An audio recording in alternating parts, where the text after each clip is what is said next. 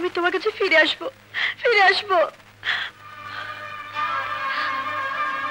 খোদা, এই ষড়যন্ত্র থেকে তুমি মাধবীকে বাঁচাও, বাঁচাও খোদা।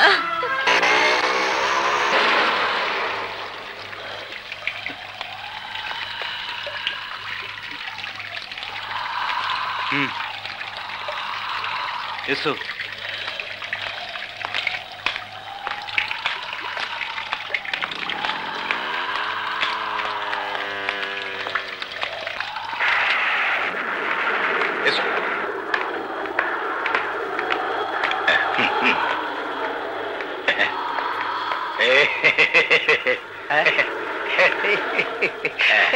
স্যার, এই নিন আপনার আকাঙ্ক্ষিত ধন।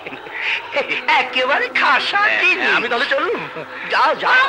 কোথায় যাচ্ছ সুন্দরী?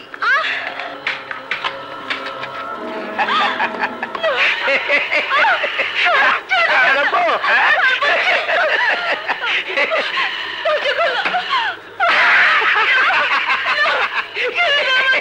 ছেড়ে দেবো?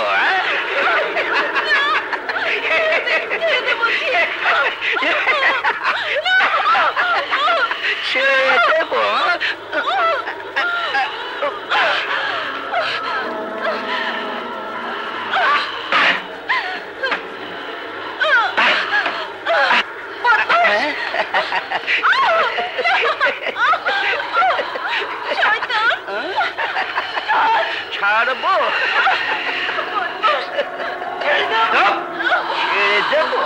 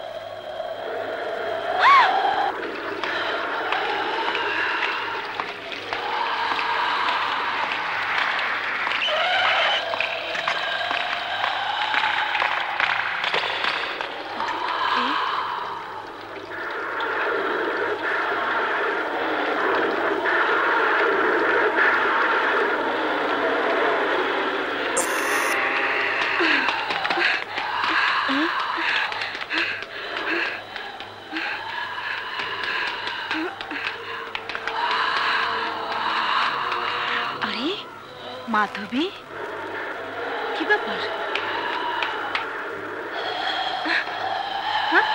বাবা,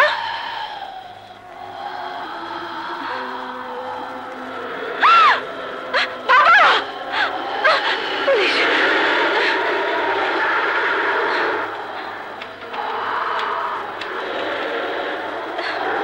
হ্যালো, হ্যালো, পুলিশ স্টেশন। শুনুন, কণ্ঠশিল্পী মাধবী আমার বাবা সালাম খানকে খুন করে পালিয়ে গেছে। আমাকে ক্ষমা করে দাও মা, ক্ষমা করে দাও। আমি তোমার কথা না শুনে ভুল করেছি। কিন্তু কি হয়েছে বলবি তো? খুন। খুন? কে খুন হয়েছে? এসো আমার সাথে, এটাই তার বাড়ি। আপনি কণ্ঠশিল্পী মাধবী? জি। আমি আপনাকে খুনের দায়ে অ্যারেস্ট করলাম। অ্যারেস্ট করলাম। না, আমি খুন করিনি, আমি খুন করিনি মা, আমি খুন করিনি মা, আমি খুন করিনি। ইন্সপেক্টর সাহেব, আমার মেয়ে বলছে সে খুন করেনি, খুন করেনি। এ কথা পুলিশকে বলে কোনো লাভ নেই, বলবেন কোর্টে। নিয়ে চলো।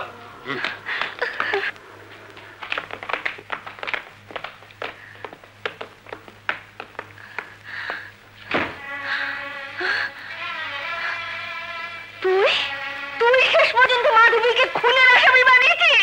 হ্যাঁ, বানিয়েছি। শুধু আসামি নয়, তোমার ওই মাধবীকে ফাঁসির দড়িতে ঝোলাবো। আর ফাঁসির হুকুমনামায় সই করবে ওর বাবা ব্যারিস্টার সজীব চৌধুরী। খবর নিয়েছি বর্তমানে সে জজ। আমাদের ভাইকে ফাঁসিতে ঝুলিয়েছিল, আমাদের ভাইকে। আর তুই পুলিশ ডাকছিস? তুই জানিস ওই সজীব চৌধুরীকে আমি কত মিনতি করেছি, কত মিনতি করেছি। সালা আমার কথা কান দেয় না, সুয়ারের বাচ্চা ফাঁসিতে ঝুলিয়ে দিল। আমার ভাই অন্যায় করেছিল, তাই তার ফাঁসি হয়েছে। কিন্তু মাধবী খুন করেনি, তাই ওর ফাঁসি হতে পারে না। আমি আদালতে গিয়ে চিৎকার করে বলবো, মাধবী খুন করেনি, খুন করেছিস তুই। লে হালুয়া, আরে সেখানে যেতে পারলে তো সাক্ষী দিবি, হ্যাঁ? কণ্ঠশিল্পী মাধবীকে শহরের বিশিষ্ট ব্যবসায়ী সালাম খানের হত্যার দায়ে গ্রেফতার? না না, এ হতে পারে না। শাহানা, এই দেখো পত্রিকায় কি লিখেছে। কি লিখেছে? মাধবী নাকি একজনকে খুন করেছে। মাধবী খুন করেছে? অসম্ভব। মাধবীর মতো মেয়ে কাজ করতে পারে না। নিশ্চয়ই কেউ ষড়যন্ত্র করে ওকে খুনের আসামি বানিয়েছে।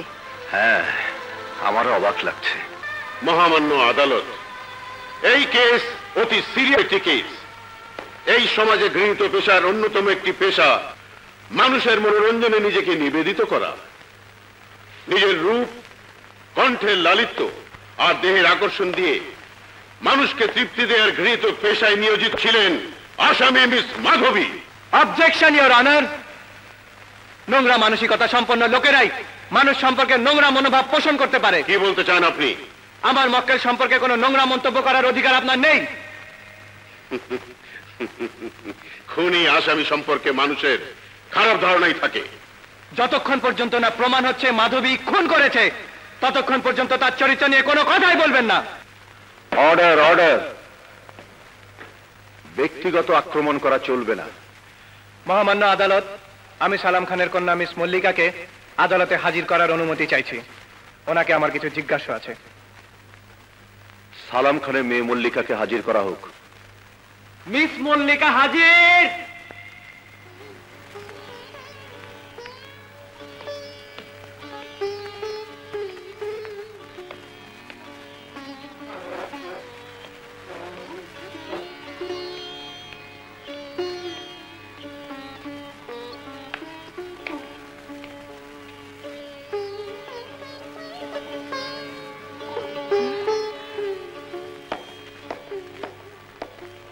আচ্ছা মিস মল্লিকা, সালাম খান তো আপনার বাবা।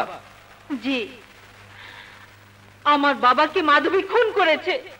তাই আদালতের কাছে আমার অনুরোধ, ওকে শাস্তি দিন, ওকে শাস্তি দিন। উত্তেজিত হবেন না মিস মল্লিকা, আমার একটা প্রশ্নের জবাব দিন। আপনার বাবাকে যে মিস মাধবী খুন করেছেন, আপনি কি করে তার প্রমাণ পেলেন? আমি নিজের চোখে দেখেছি। কি দেখেছেন? আমার বাবার লাশ। লাশ দেখা মানে এই নয় যে মাধবী আপনার বাবাকে খুন করেছে। আপনি জানুয়ারি মাসের 24 তারিখ ঝড়ের রাতে স্বচক্ষে কি দেখেছেন শুধু তাই বলুন। আমি সেদিন নাইট শো ছবি দেখে যখন বাড়ি ফিরি, তখন দেখি আমাদের গেট দিয়ে আমার বাবার বন্ধু গোলাম হোসেনকে বেরিয়ে যেতে। তারপর দেখি আমাদের বাড়ির ভিতর থেকে মাধবীকে দ্রুত বেরিয়ে যেতে। আমি অবাক হই, আর ঘরে গিয়ে দেখি আমার বাবার লাশ। লাশ? মহামান্য আদালত, মিস মল্লিকা দেখেছে তাদের বাড়ি থেকে মাধবীকে বেরিয়ে যেতে, আর তখনই ঘরে গিয়ে দেখে তার বাবার লাশ। আর এটাই প্রমাণিত হয় মাধবী সালাম খানের প্রকৃত খুনি। না, এটাই প্রমাণ হয়নি মাধবী খুনি। মহামান্য আদালত, আজ মল্লিকার কথায় প্রমাণ হবে মাধবী খুনি নয়। কারণ 24 তারিখ রাতে মিস মল্লিকা আরো একজনকে তাদের বাড়ি থেকে চলে যেতে দেখেছেন। আমার অবাক লাগছে, মিস মল্লিকা দুজনকে বেরিয়ে যেতে দেখেছেন, অথচ আমার প্রতিপক্ষ উকিল নিশ্চিত করে বলতে চান মাধবী সালাম খানের প্রকৃত খুনি। কিন্তু আমি বলবো মাধবী খুনি নয়। মহামান্য আদালত,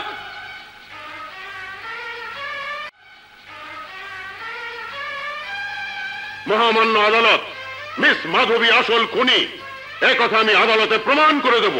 তাই আমি মিস মাধবীকে কিছু কথা জিজ্ঞেস করতে চাই। অনুমতি দেয়া হলো।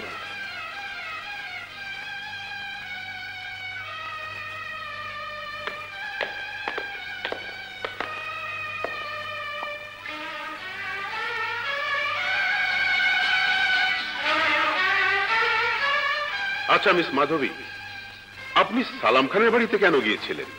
সালাম খানের বন্ধু গোলাম হোসেন আমাকে বলেছিল আমাকে আমার বাবা মায়ের কাছে নিয়ে যাবে। বাবা মা? আপনার বাবা মা? আপনার তো শুধু মা আছে জানতাম, এখন হঠাৎ বাবা কোত্থেকে উদয় হলো? এটা আপনার কত নম্বর বাবা?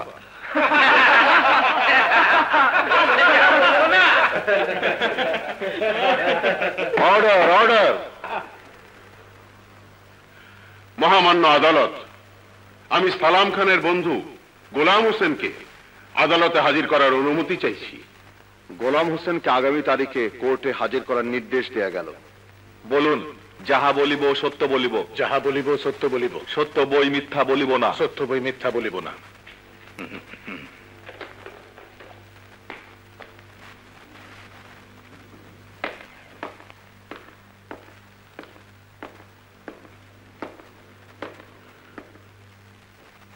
গোলাম হোসেন, আপনি তো অনেকবার জেল খেটেছেন। জি, কেন? ভাগ্য। ভাগ্য? জি, ভাগ্য। বর্তমান পেশা কি?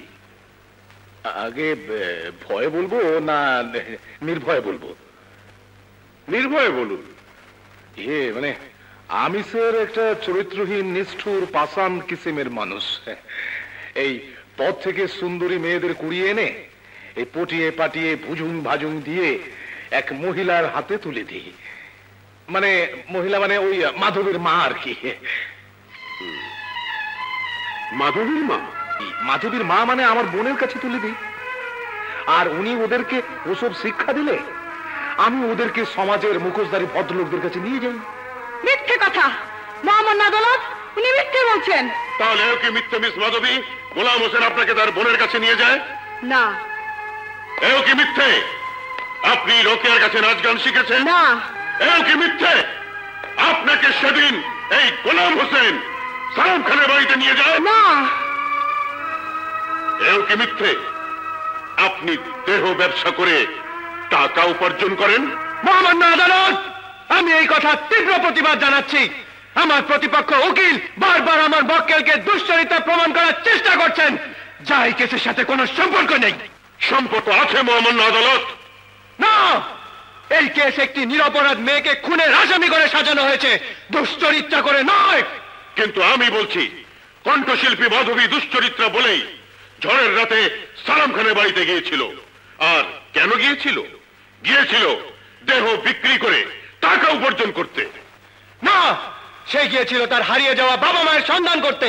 আর আমি বলবো, ওই চরিত্রহীন মেয়ের কোনো বাবা মায়ের ঠিকানা নেই, সে একটা জারজ। প্রমাণ ছাড়া মাধবীকে যদি জারজ বলেন, তাহলে আমি বলবো আপনি একটা জারজ। Order, order, order. মহামান্য আদালত, উনি যা বলছেন সব মিথ্যে। আমি এমন জঘন্য পাপ কিছুতেই করতে পারি না, কিছুতেই না, কিছুতেই না। মা মাধবী, আমি তোর মামার মতো, তাই তোকে মিনতি করছি, তুই সত্যি কথাটা স্বীকার করে ফেল। তাহলে জজ সাহেব হয়তো অল্প সাজাতেই তোকে রেহাই দিয়ে দেবেন। হ্যাঁ স্যার, জজ সাহেব, মহামান্য আদালত, ইওর অনার, আমি মাধবীকে নিয়ে সালাম খানের পাশে গিয়েছিলাম। ওকে ভেতরে পাঠিয়ে দিয়ে আমি বাইরে দাঁড়িয়েছিলাম টাকার জন্য। হঠাৎ ভেতর থেকে শুনি মাধবীর চিৎকার। সে কি চিৎকার মাইরি! আমি জানালার ফোকর দিয়ে তাকাতেই দেখি মাধবী বলছে, এর আগে তুই আমাকে ঠকিয়েছিস হারামজাদা, আর নয়, এবার আমি তোর মুখোশ খুলে ফেলবো। কথা শুনে সালাম খান বের করলো পিস্তল। তারপর আমি অবাক, একেবারে ছায়াছবির গপ্পের মতো মাধবী তার হাতে লাথি মেরে নিমিষে সেইখানে এলো পিস্তল মাইরি। সালাম খান এগোয়, মাধবী বলে, কাছে আসবি না হারামজাদা। সালাম খান আবার এগোয়, মাধবী বলে, কাছে আসবি না হারামজাদা। আবার সালাম খান এগোতেই পিস্তল টিপে দিল মাধবীর ঢেঁচি, ফিনকি দিয়ে রক্ত। নিচেতে ঢলে পড়লো সালাম খান। একটা গুলিতেই 9.5 গজ কাফনের কাপড় পুড়িয়ে দিল মাইরি। হ্যাঁ, তখন আমি আর কি করি, ঝেড়ে দিলুম দৌড়, কিন্তু পালাতে আর পারলুম কই। যেই খাড়া বড়ি থোর, সেই থোর বড়ি খাড়া। সাক্ষী দিতে আমাকে আবার কোর্টে আসতেই হলো মহামান্য আদালত। মামা, আপনি একটা মিথ্যুক। মহামান্য আদালত, উনি যা বলছেন তার একটি কথাও সত্যি নয়। উনি আমাকে আমার হারিয়ে যাওয়া বাবা মায়ের সাথে দেখা করার কথা বলে নিয়ে যান। ঝড় বৃষ্টির রাতে একা? হ্যাঁ, কিন্তু আমার পালিতে আমার বাধা দিয়েছিল। মহামান্য আদালত, ওনার পালিতা মা যদি বাধা দিয়ে থাকতো, তাহলে তিনি কোর্টে এসে বলতেন, আমার মেয়ে নির্দোষ। এত বড় ঘটনা ঘটেছে, অথচ এখনো তিনি ভয়ে গা ঢাকা দিয়ে নিরুদ্দেশ হয়ে আছেন।